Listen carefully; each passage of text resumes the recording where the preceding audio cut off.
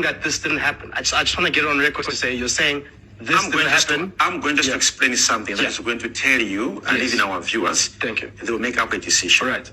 There is no way, okay, 27 people open cases to one police officer, and these people are from different provinces, okay, Cape Town, Mpumalanga. There's police in. But these are two different police stations with two different officers looking into this. On paper, okay, on paper, all cases falls under one investigative police officer, which is Pumla, okay, Rebi. And it is the same woman I opened the cases against before I was arrested, number one. Number two, if the case was opened in 2018 about rape, I was in your country. They arrested me in 2019 on other cases. I was never arrested for rape. I only came here in Malawi. That's when they brought up those charges. What does that tell you? What were they waiting for to arrest me? I was in your country. In 2018, they never arrested me. In 2019, they never arrested me. In 2020, they never arrested me. So how do you speak to the allegations that you also enjoyed a very close relationship with the former Hawks head, Godfrey Libya? Do you know the gentleman? Of course, several times, as I told you before earlier, to say that some of the police officers, including the generals in the army, were part of the syndicate to extort money from us. And the name we just mentioned right now, he was the head of Hawks, I think, at that time, right? Yes, he's the former head of Hawks now. He's the former head of Hawks. Several times, my people, I'm just telling you these things which are facts, okay? And one of the people actually who work with me, and he's actually in this room now, several times was called to his farm. Where's the farm? To his farm. And I think I may have forgotten, but the guy is actually with us in the studio here. All right, okay. He knows where the farm is. All right, so several times he went to his farm, and there he was told to say, okay, we're going to help, we're going to assist, and I have always refused that. And this is what I want to tell you, to say, if I had paid those police officers, there would be no all these cases today. There was no all these things we are selling today and all these cases. This was a thing which was made to get money from us. We're not running out from accountability. Listen, we're not running out from accountability.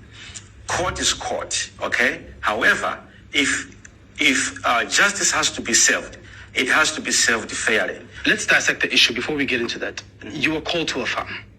I just want to know who called you to the farm and how much were they trying to extort from you? Because that's perhaps one of your main arguments, to say there are generals who are trying to extort money from you. And we need to get to the bottom of this to find out who are these generals who are trying to extort money from you. All right, so let me say this. It's so complicated because wherever we are going to look for assistance, instead of helping, they also needed some money to help. Okay. And this is where the whole chain comes in. So there was a certain gentleman who is also, I think, a general in the Hawks. His name is Paul, something like that. I've forgotten his surname.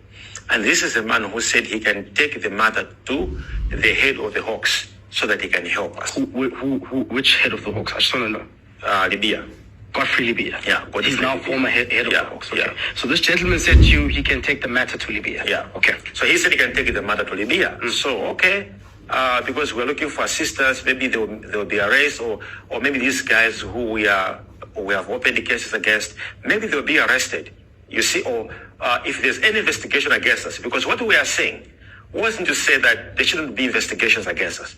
We are saying if there are investigations against us, these people, may they excuse themselves from these cases? Because you can't be investigating me or you want money from me and have opened the case against you, and the cases are with you. There are many police officers in South Africa. So we wanted them to. So when we heard that this man would take the issue to the head of the Hawks, we thought, okay, wow, we have got a solution to be done. So this poor guy, he went to one of my bodyguards and they say, okay, he says you can meet him at the farm. And then they went together at the farm to meet him. All right. Okay. After the meeting, Mr. Paul said, okay, he says for you, for your boss to be free, if you can arrange something that can be given to him. How much?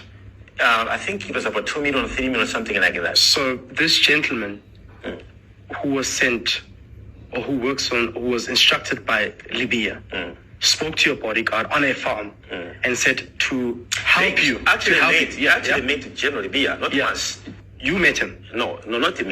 Your bodyguard. Yeah, as I said that he's actually in this room. Yeah. He met him several times, no, not once. And there met was him at the farm, the other time at his house. Yeah. So these are the things which are facts, and these meetings happened.